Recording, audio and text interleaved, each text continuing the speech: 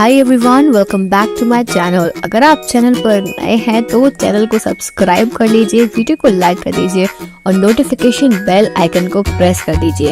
इस चैनल पर आपको मिलती है बेस्ट करियर गाइडेंस, यूनिवर्सिटी से रिलेटेड सारे अपडेट्स, साथ ही में फोरेंसिक साइंस के स्पेशल लेक्चर्स। तो जल्दी से सब्सक्राइब कर लीजिए, लाइक कर दीजिए और वीडियो को शेयर करना मत भूलिए।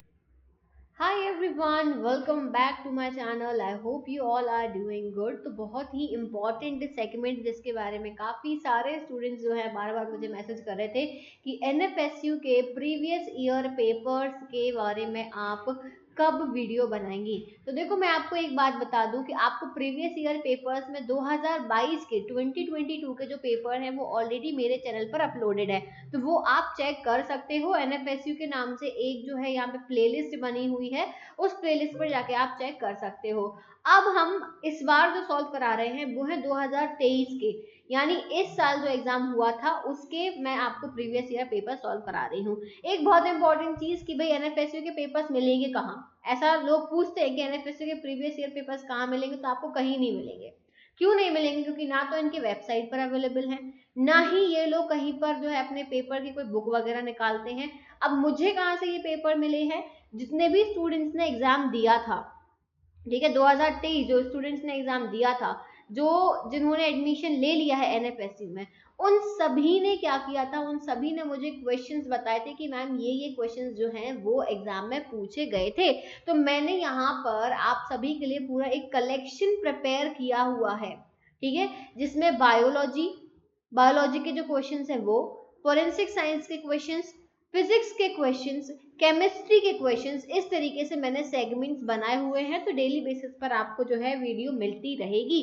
तो जो भी आपने सब्जेक्ट के लिए अप्लाई करा है, ठीक है, आपने BSc MSc इंटीग्रेटेड कोर्स हो या MSc हो या कोई भी सब्जेक्ट के लिए अप्लाई किया है, और अगर आपने जो सब्जेक्ट है उसमें सिलेबस में बायोलॉजी, फोरेंसिक, फिजिक्स, केमिस्ट्री है, तो फिर आप ये सारे वीडियोस जो है वो देख लीजिएगा, ठीक है। और हाँ, एक बात और, एमटेक बीटेक वाले, साइबर सिक्योरिटी वालों के लिए भी मेरे पास में इस बार पेपर है, तो मैं वो भी शेयर करूंगी। थोड़ा सा टाइम लगेगा बट मैं शेयर कर दूंगी। Is that clear? तो चलो शुरू करते हैं फटाफट से हम अपना लेक्चर। और उससे पहले अगर आप चैनल पर नए हो तो सब्सक्राइब कर लेना, वीडियो को लाइक करना और नोटिफिकेशन बेल आइकन को प्रेस कर लेना। NFSU के रिगार्डिंग जितने भी अपडेट्स होंगे, एग्जाम से रिलेटेड, एप्लीकेशन फॉर्म से रिलेटेड, काउंसलिंग से रिलेटेड, सभी आपको इसी चैनल पर मिलेंगे।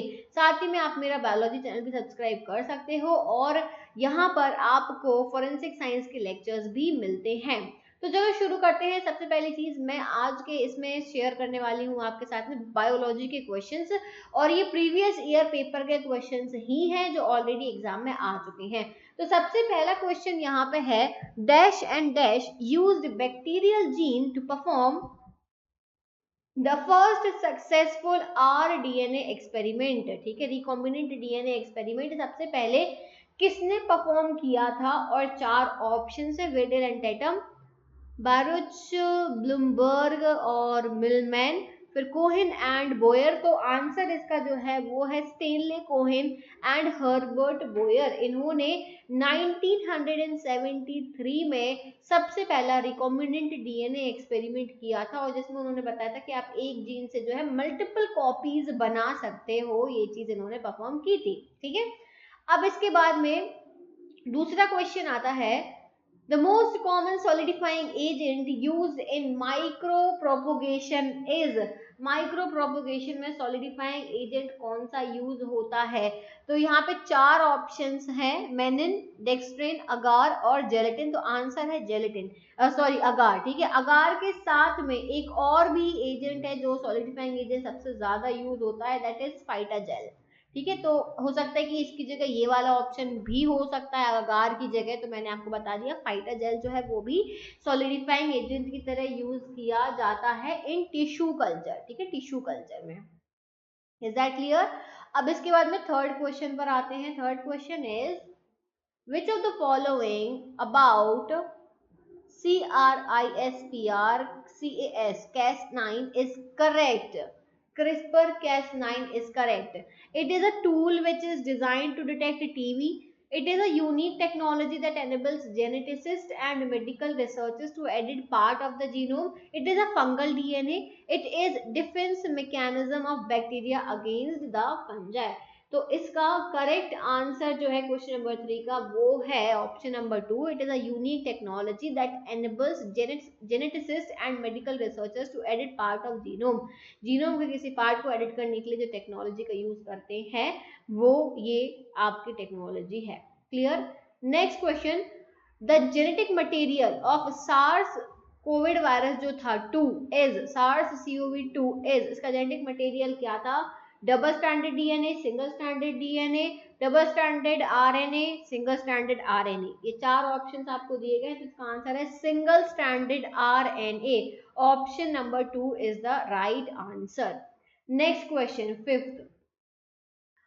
The stretch of codon between AUG and a stop codon. ठीक है, 2 कोडॉन्स होते हैं, सबको पता है.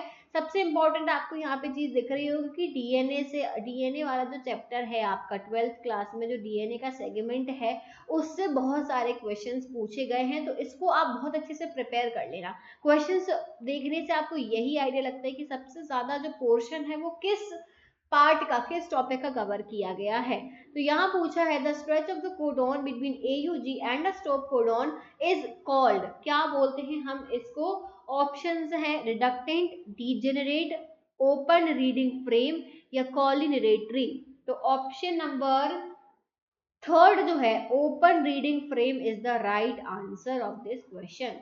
Next question number 6. Nude mice used for developing tumor models lack one of the following functional gland. इनमें से कौन सी फंक्शनल ग्लैंड न्यूड माइस में नहीं होती है? पिट्यूटरी, थाइमस, थायराइड या फिर प्रोस्टेट. तो आंसर होगा थाइमस. न्यूड माइस जो कि ट्यूमर मॉडल्स को बनाने के लिए यूज होता है उसमें थाइमस ग्लैंड नहीं होती है. Question number 7. The living fossil ginkgo biloba is, ginkgo biloba plant kingdom से है ये क्वेश्चन. ठीक है, प्लांट किंगडम से क्वेश्चन आया है जिंको बिलोबा से. तो जिंको बिलोबा क्या है? एंजियोस्पर्म, जिम्नोस्पर्म, टेरिडोफाइटा या फिर ब्रायोफाइटा. तो आंसर है ये एक जिम्नोस्पर्म है. हालांकि इसकी जो लीव्स वगैरह होती हैं, लीव्स इसके एंजियोस्पर्म्स की तरह दिखती हैं, तो कंफ्यूजन हो सकता है कई बार देखकर, but ginkgo biloba is a gymnosperm. Is that clear? Next question. Question number 8. Pneumatophores are associated with. Pneumatophores किससे associated हैं? Xerophytes, lithophytes, हाइड्रोफाइट्स या फिर मैंग्रोव्स. पहली बात तो न्यूमेटोफोर्स होते क्या हैं? तो न्यूमेटोफोर्स जो होते हैं इनकी रूट्स पानी से बाहर रहती हैं. ठीक है, बाहर रूट्स रहती हैं पानी से बाहर फॉर ब्रीदिंग पर्पस, तो इनको हम हाइड्रोफाइट्स बोलते हैं. Clear? Next question. From the protein mixture, same molecular weight. From a protein mixture, same molecular weight protein can be separated by using. एक प्रोटीन मिक्सचर में सेम मॉलिकुलर वेट के protein से उनको आप किस मेथड से सेपरेट कर सकते हो? Capillary electrophoresis, agarose gel electrophoresis, 2D PAGE या फिर SDS पेज के थ्रू. तो इसका आंसर होगा SDS पेज के थ्रू आप इसको सेपरेट कर सकते हो. मॉलिकुलर वेट के बेसिस पर अगर नहीं हो रहा तो वो साइज के बेसिस पर या फिर कुछ और चीजों के बेसिस पर वो सेपरेट कर देता है. Question number 10. The following pathways occurs only in mitochondria. ये सिर्फ माइटोकॉन्ड्रिया में ही अकर होते हैं. कौन से पाथवे होते हैं? तो सबसे इंपॉर्टेंट चीज मैं आपको बता दूं कि ग्लाइकोलिसिस माइटोकॉन्ड्रिया में नहीं होता है. ठीक है, तो ऑप्शंस यहाँ कट डाउन हो गए. ग्लाइकोलिसिस, ग्लाइकोलिसिस, ग्लाइकोलिसिस, तीनों में ही ग्लाइकोलिसिस है. तो क्वेश्चन नंबर 10 का आंसर क्या होगा? Citric acid cycle and oxidative phosphorylation. ये जो है माइटोकॉन्ड्रिया में अकर होता है. Clear? Next question. Question number 11. Concentration of following ion is high on the intracellular side. देखो आगे बढ़ने से पहले एक चीज मैं बता दूं कि ये क्वेश्चन सिर्फ मेरे पास में है. ठीक है, और मैं ऐसी पहले इंसान हूँ जो इस चीज पर वीडियोस बना रही हूँ. अब इसके बाद कोई कॉपी करके बना ले तो कुछ नहीं कह सकते हैं, बट ये क्वेश्चंस आपको कहीं नहीं मिलने वाले हैं मेरे चैनल के अलावा. तो चलो, concentration of following ion is high on intracellular side, कौन से आयन का कॉन्सेंट्रेशन इंट्रासेल्युलर साइड हाई होता है? Carbon, potassium, sodium, calcium. तो इसमें होता है आपका कैल्शियम, पोटेशियम, सोडियम, या फिर इसमें होता है पोटेशियम आयन का कॉन्सेंट्रेशन सबसे ज्यादा। ठीक है, नेक्स्ट क्वेश्चन फिर से वही लगभग same. Following ion is very important in polymerase chain reaction, PCR में in vitro, carried out in vitro, कौन सा आयन सबसे ज्यादा इंपॉर्टेंट है? मैग्नीशियम, कैल्शियम, जिंक, या ions are not important for as long as molarity remains optimal? Answer है magnesium ion का concentration सबसे ज्यादा होता है। ठीक है, next question. The term three end of DNA and the number 3 refers to, भाई देखो ये है आपका DNA, ठीक है, यहाँ होगा 3 प्राइम 5 प्राइम, यहाँ होगा 3 प्राइम 5 प्राइम। अब यहाँ से अटैच होता है OH ग्रुप, ठीक है, ये होता है आपका कौन सा? शुगर, ठीक है, बेस शुगर होता है। यहाँ पे आपका ये हो गया आपका क्या? हाइड्रोक्सिल ग्रुप हो गया। यहाँ पे आपका अटैच होता है कौन सा? फॉस्फेट ग्रुप, ठीक है, यहाँ होता है फॉस्फेट ग्रुप। ये चीज आप सभी को पता होगी, इतना ध्यान रखना। तो यहाँ पे आंसर होगा कार्बन नंबर ऑन पेंटोज, ये हो जाएगा इसका आंसर। क्योंकि न्यूक्लियोसाइड की बात करें तो वो 5 प्राइम से ही न्यूक्लियोसाइड्स रहते हैं अटैच, न्यूक्लियोसाइड्स। तो यहाँ पे शुगर ही बच रही है OH ग्रुप, तो यहाँ होगा pentose. Next question is, this amino acid best suits as amphipathic, amphipathic कौन सा है? ट्रिप्टोफैन, फिनाइल एलेनिन, हिस्टिडीन, या वेलिन, इनमें से कौन सा अमीनो एसिड एम्फीपैथिक है? क्वेश्चन नंबर 14, आंसर है tryptophan, tryptophan is the right answer. Next question, a circular plasmid was digested with an endonuclease PST1 which has 2 sites on the plasmid. When we run a gel after partial digestion of plasmid with PST1, we are likely to see dash gels on the gel. कितने आपको bends देखने को मिलेंगे? तो देखो इसका answer वैसे 4 होना चाहिए, बट थोड़ा सा मुझे इसमें कंफ्यूजन है, इसको आप एक बार चेक कर लेना, मे बी 3 भी हो सकता है। 90% आंसर 4 है, 10% में थोड़ा सा डाउट है, तो इसको एक बार बस गो थ्रू कर लेना, but for me is the 4 is the right answer. Next question, the most abundant extra cellular molecule in soft tissues is, most abundant extra cellular molecule आपके सॉफ्ट टिश्यूज में कौन सा होगा? प्रोटियोग्लाइकिन, कोलेजन, इलास्टिन, या फिब्रिनोसिटिन, ठीक है, तो इसमें होगा क्वेश्चन नंबर 16 का right answer is collagen. Collagen जो है वो सबसे ज्यादा एक्स्ट्रा सेल्युलर, ठीक है, प्रोटीन प्रेजेंट होता है। 17th, अल नीनो इज, भाई ये देखो ये वाला तो ज्योग्राफी का क्वेश्चन है, ज्योग्राफी का क्वेश्चन है, इसमें क्यों पूछा है पता नहीं क्यों पूछा है, पर हाँ ये पूछा गया है। अल नीनो क्या? अल नीनो एक कॉन्सेप्ट होता है, ठीक है, सुनामी से रिलेटेड है, टाइफून से रिलेटेड है, वार्म वाटर करंट या ट्रॉपिकल डिस्टेंस, तो ये है वार्म वाटर करंट से रिलेटेड। अल नीनो एक फिनोमिनन होता है, उसको आप एक बार चाहो तो एक कोई भी वीडियो देख के यूट्यूब पे समझ सकते हो। इससे रिलेटेड क्वेश्चन क्यों आया है कोई आइडिया नहीं है, बट फिर भी अगर आया है तो एक बार थोड़ा सा इस टॉपिक के बारे में पढ़ लेना। Next question, question number 18, in P plant, अब देखो मेंडल से आ गया, ठीक है, मेंडेलियन जेनेटिक्स से आपके क्वेश्चन आए हैं, तो आपको ये टॉपिक भी पढ़ना है। पी प्लांट में TT is crossed with short TT, ठीक है, टॉल कैपिटल टीटी को इन्होंने क्रॉसिंग कर दी स्मॉल टीटी के साथ में, तो ये F1 जनरेशन नहीं पूछ रहे हैं। F1 में क्या होगा? ये तो हो गई आपकी F1 जनरेशन, ठीक है, यहाँ से यहाँ, यहाँ से यहाँ, यहाँ से यहाँ, और यहाँ से यहाँ, यानी कि capital T small T, capital T small T, capital T small T, capital T small T, ये F1 जनरेशन आ गई।